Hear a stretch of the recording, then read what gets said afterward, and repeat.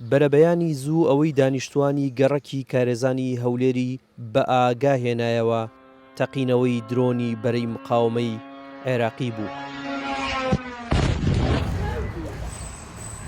ستیە عەبدولکەریم بەتەنها لە نێو ئەم خانووەدا دەژی. شەوی ڕابردوو وەک خۆی دەڵێ دڵی خەبەریدا بوو کە شتێک ڕوودەدات، بۆیە پەیوەندی بە کوڕەکەیەوە دەکات و دەچێتە ماڵی ئەوان.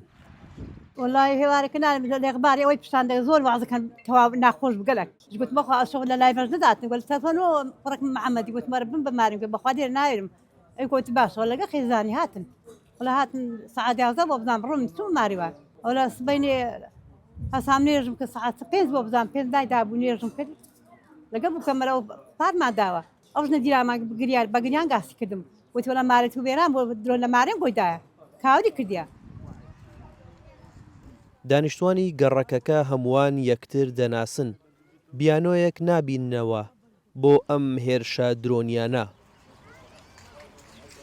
سێن پێ زران هەم خۆینە هەم شتی دەناسین ئەو بەر هەم قەدیمین هەم زرانی قەدیمین زرانی نوێمان نییە برێها غێری هەولێری بیانی بێت ئەلحەمد هەم خۆمانەیە ئەوە حەشوای احتیمالە بە هەڕمەشی ئەو منتیقەی قەسب بکەن.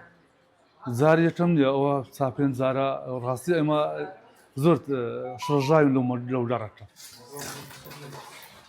درۆنی دووەم لە گەڕەکی پشتەوە کەوتووەتەوە. ماڵێکی کردووەتە ئامانج کە ژن و پیاوێک تێیدا دەژین. باوکی زیاد جەڵدەی مێشک لێی داوە، لەسەر جێگایە و بەردەوام چارەسەر وەردەگرێ. دایکی پەیوەندی پێوە دەکات و دەڵێت فریامان کەوە.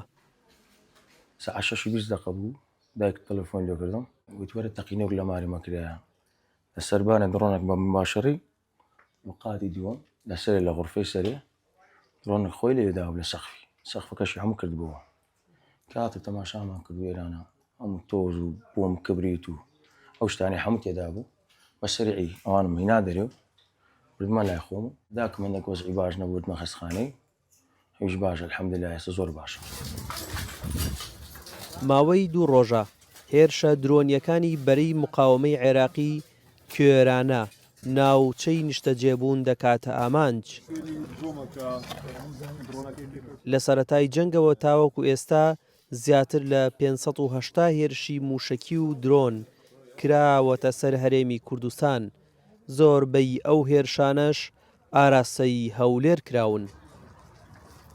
گروپەکانی بەرەی مقاومە دوێنێ هەڕەشەیان کرد، گوتیان لە ماوەی 48 کاتژمێری داهاتوودا هێرشەکانمان بۆ سەر ناوچەکە 2 هێندە زیادەکەین.